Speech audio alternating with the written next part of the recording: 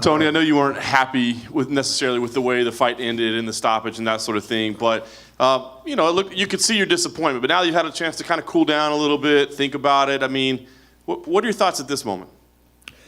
He was slowing down, I think. I mean, it was just kind of like a lot of the other fights. It took me a second. We had a long year, not a year from the last time I fought. It's different. Maybe it took me a little bit longer to get used to it. Didn't feel like I was in the fight until I got taken down. And then my Grand Valley roots, they propped back up. I knew I needed to get my ass back up so he wouldn't get any of the judges' scores. The second round, I saw him slowing down, the body shots, the kicks. I think he was a little surprised for my kicks. A lot of people, when they get kicked by Cerrone, they're going to start backing down. We already knew that going into this fight, so in camp, we knew that there was no backing down. We were going to go forward. I saw him, when he was throwing more punches, I started to slip, and I started to see his confidence kind of start to decrease. And going into obviously the second end of the round, that kind of sucks how it went and happened like that. I mean, it's not a way to win. Like, for myself, and I'm beside my fans, I apologize for that. Going in the third round, I don't think it would have been any different. I was going to pick him apart with jabs. I was going to hit him in the body. I mean, literally, I saw his nose go from like red to clear to red to clear from all the shots. I mean, and even in the first round, I saw blood like off of my eye. And it started just dripping. I was like, oh, shit, keep your hands up, man. Like, what the fuck, But, yeah, it was a good fight, man. I'm excited about the outcome. I was going to say, I mean, you walked out of the cage kind of with your head down. But, I mean, now, are you happy with the way you performed? Because you said you've overcome a lot to get where you are right now. Just because the fight was just so fast. I mean, literally, when fight week goes, I mean, I don't know if you guys are in our position, it goes fast. I mean, it really does. From the weight cut, you're sitting there and you're just worried about getting your media done, getting everything else squared away, making sure you're promoting yourself really well, and you forget about how the time goes. And before you know it, it's fucking fight day. And, you're in the back and you're warming up, and then, boom, it's already done. And then you're here, and it's crazy how fast it happens. But I'm glad that this year went really well as far as, like, victories and all that. I mean, I've had a shitload of support.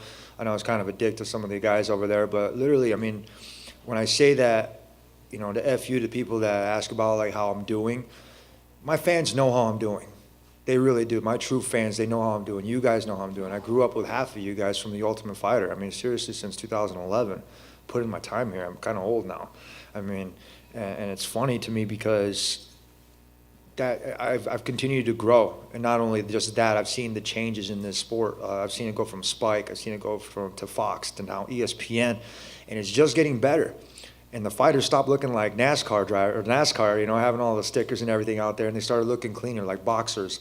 And you start to have like people like step it up in their game, and it's I'm very proud to be a part of it, and I'm very thankful to have such a great fan base that cares about our well-being, because we're not animals, man. We're not out here cockfighting. We're actually athletes. We come from good backgrounds. We have families, and we put a lot of time and effort into this. So thank you for everybody that really does care. There were a lot of conversation going on in the cage afterwards. I'm just curious if anything stood out. I mean, you were talking with Cowboy, the teams were talking. Was there anything that stood out, anything that was particularly meaningful to you during all those conversations? I call it Cowboy Coach. I really consider a lot of these veterans that are out there, and if I have somebody respect for somebody, I'm going to call them Coach. There's a difference, because you can learn a lot from somebody. And I really wish that we would have went the third round, you know what I mean? But I think it would have been the same story. I don't think he wants to come at me. I don't think he wants to fight again. I think more than anything else, it's I like mat time. For my pops, we would go to these tournaments like hours and hours away from our house, and he would spend a lot of these time during the week for work. And he would tell me, he was like, son, you got to get your mat time. Because I would go out there and I would pin these dudes in like 3 to 5 seconds. And it was funny because you would have rack up like five matches, 3 to 4 matches, and you'd be there all damn day, dude, getting bleacher seat ass and just kind of sitting there, calluses on your butt. And if you've ever been to a wrestling tournament, I mean, you're there all day. So I enjoy mat time. And I knew walking away from this fight, I knew that a lot of people were counting me out. And they weren't counting on me to come back strong, come back anytime soon, actually. And I made it a point in my head, and I told myself, I was like, you're going to walk away like a champ no matter what anybody thinks. You're going to walk in there with your head held high, and you're going to walk out the same way that you walked in. Yeah, I had my head down because I heard the boos, but I think more than anything else, the fans wanted another round. And honestly, I would have gave them another round or two.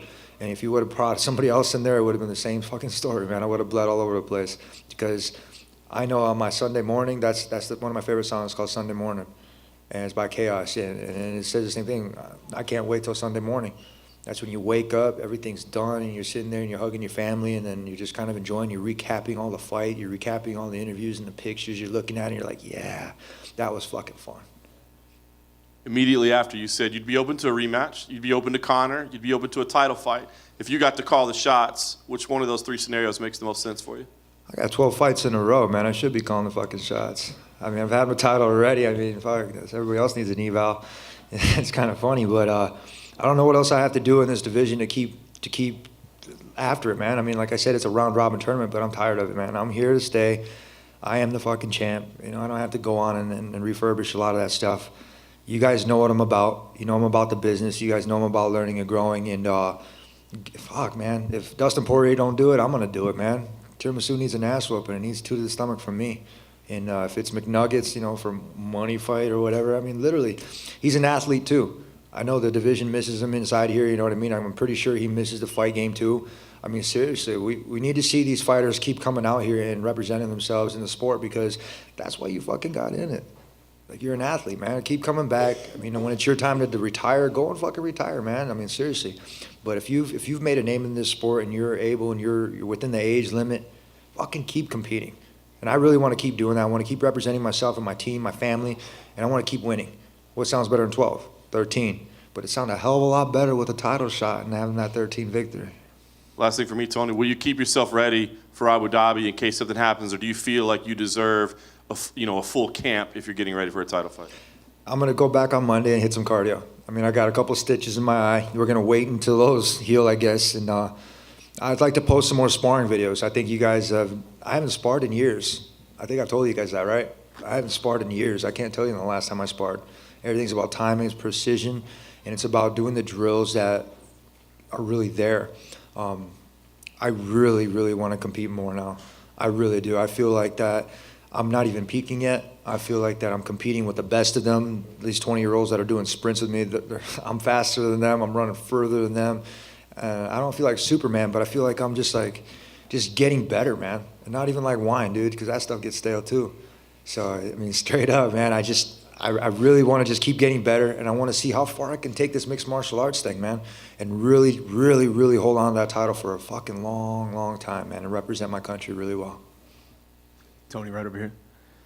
There's a long road back to this weekend. I wonder, just when you walk into that cage tonight and just soak in the crowd, and this is the moment you've been thinking of for a long time at this point, how did that feel?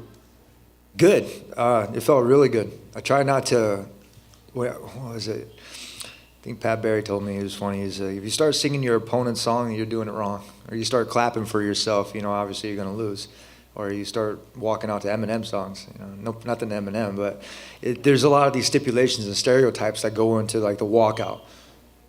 There was a lot of crowd, and it was a big walkout. It wasn't like the Palms where it was like you walk out and then you're in the cage. No, it was great. It was awesome. I got to see so many people there. I had butterflies in my stomach. I'll be real with you. I was nervous, man.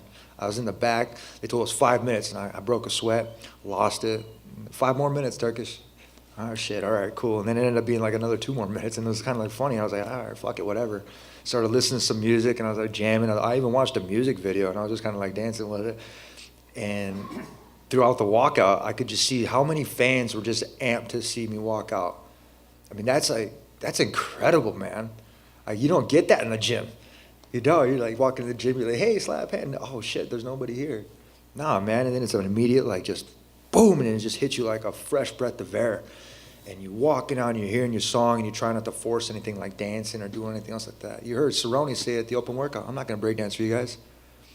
Usually I'll do something kind of like that. And I wasn't trying to force anything. I was just trying to soak it up, man. And it was really awesome. It was really cool, warming. The nerves, is that unusual, or is that something you usually feel before the fight? I think if you don't get the nerves, I think that there's something wrong with you. I mean, we're in there, we're about to go toe-to-toe with somebody that's preparing to kick your ass. I mean, literally, the nerves are good. I mean, people get nerves from playing badminton. I'm pretty sure, if it's high enough stakes, and nothing against badminton,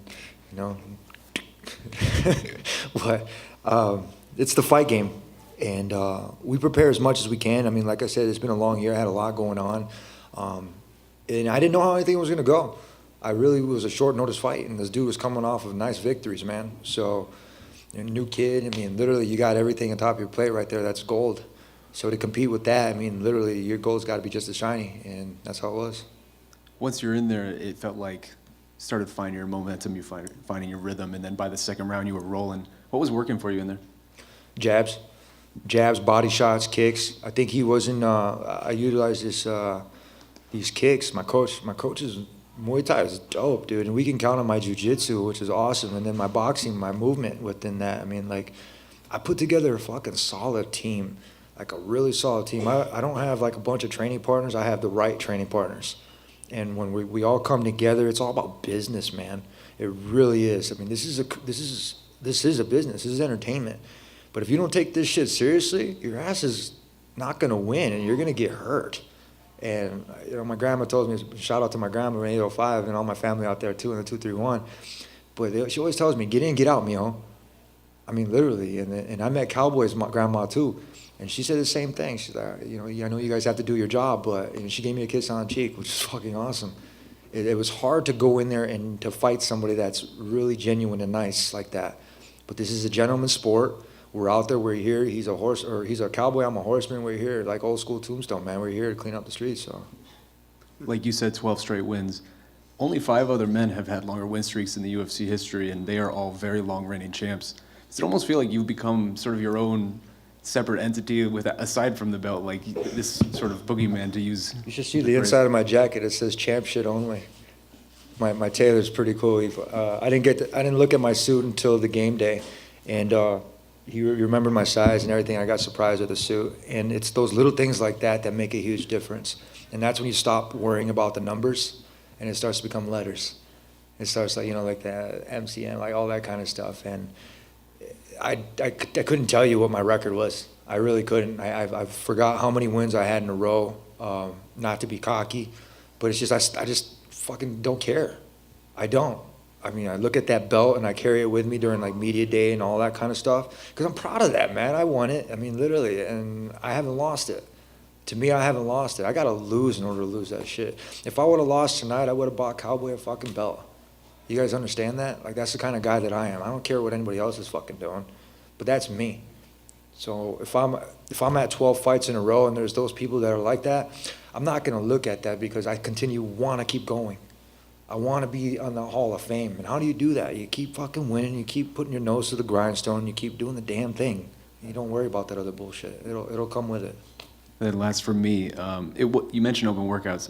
It seemed like there was a moment, maybe towards the end of open workouts, where you sort of laid down on the mat and just kind of took in the moment, and the crowd was really going for you. They were really excited to have you back. What did it mean just to feel the love from the community this week, throughout the week? Well, I actually laid down because I wasn't going to do anything. I was just going to sit there and lay down and see if anybody was going to be like, are you going to do anything? But just all jokes aside, I mean, like, I like to do like little things like that. But the crowd, I didn't expect it. I didn't expect Chicago to be so awesome. When we get here, Monday we went for a run. We put in 6 miles, ran to Lake Michigan, felt like home, like I was across Muskegon. And everywhere we went, dude, we had these people, Tony! I'm like, how they know it's me? And I'm like, oh shit, you got your jacket on. It says Ferguson on the back. So it says UFC, so I started cracking up, and the cameraman was actually running with us, which was pretty cool too, and he was keeping up. So it was inspiring, dude. Like, it felt like I was back where I belong. It felt like this, like, it's not just like where I belong. This is like my job, but not a job. It's like a career, but it's more than that. Like I said, aside from like victories and wins and stuff like that, I want to see how good I can get. I really do, because I don't think I've even peaked yet, man. And to have these people, they write me emails from all over the world, and they're telling how inspiring and how motivating, how just the things, you know, that went on, and just how to bounce back, and then from surgeries and from all the bullshit. And sometimes I get to respond to them, and I like to show my team a lot of this because, like, it's them. It's not just me. Because without them, literally, like, seriously, man, I wouldn't fucking, I might be here, but it'd be hard. It'd be a lot harder if I didn't have that support system. I mean, so thank you guys for the emails, man. I see them when I read them, and, you know, like, half the time it says, I know you probably won't read this. fuck, dude, I try. I really do, and if I can't respond to you, well, at least one time I'll try. I swear. Thank you. Tony, congrats on a great fight. I guess based on what you said about your grandmother doesn't care about mat time too much, eh? Hey, no. Get in, get out, mijo. That's what she says. And yeah, she knows it's a fight game, man. My very first fight that I had, I was borrowing her car, and I moved to California. I didn't really have much. I just had like 2 suitcases and like $50. And I borrowed a car, and the very first fight I had was an amateur fight. I went home. I told my parents, I was like, look, hey, I got an opportunity to turn pro. I was like, I'm going to turn pro in this sport. And they were like, well, if you're going to do it like anything else you do, train hard and give it everything you got. The very first check that I got, I don't even know, it was like $500 or something like that. Very first fight. And I was so proud of it. I gave my grandma that check, and she cried a little bit. And I was like, I'm in the right fucking sport. I was like, I enjoy what I'm doing. Everybody else didn't know what the fuck I was doing. They thought I was out fucking around because I wasn't at home. I was out in the gym 24/7. That's what it was. And that's how I've been since I started, since 2008-9. I've been consistent with that because effort times consistency is confidence.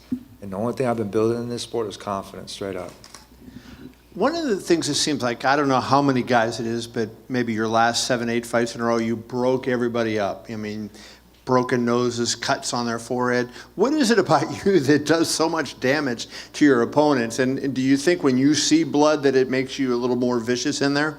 No, I don't think so. I never ran the ball in football, right? And my pops was like, you don't run the ball. First time I ran the ball, I broke my wrist. So I've always been a cornerback, and I've always been running towards danger.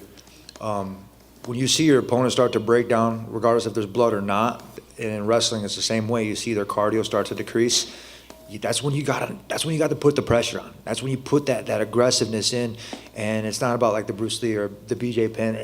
Yeah, it could seem like that, but that's another way to win.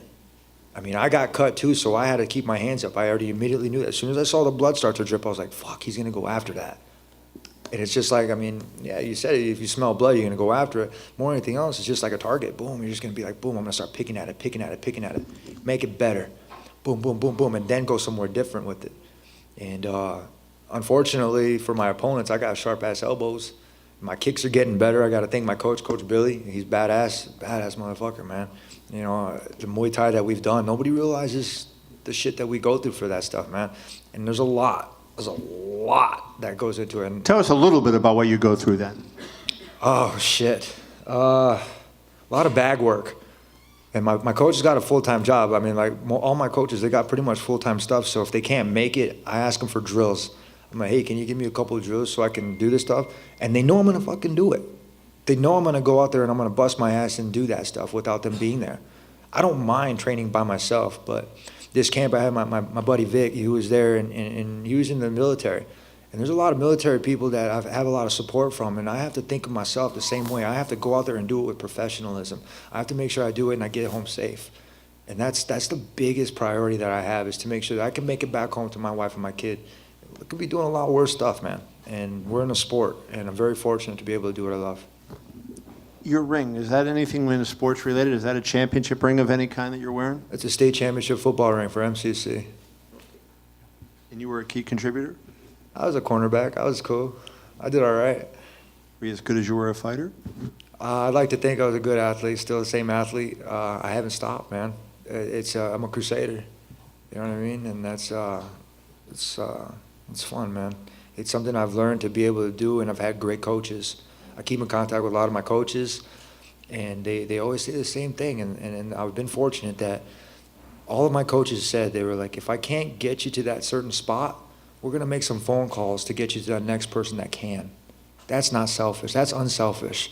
And I've been blessed with people that have done that my whole entire life, and it's pretty cool. I'd just like to ask one more question. If you could break down 2 fights, Poirier and Khabib, how you think that might go.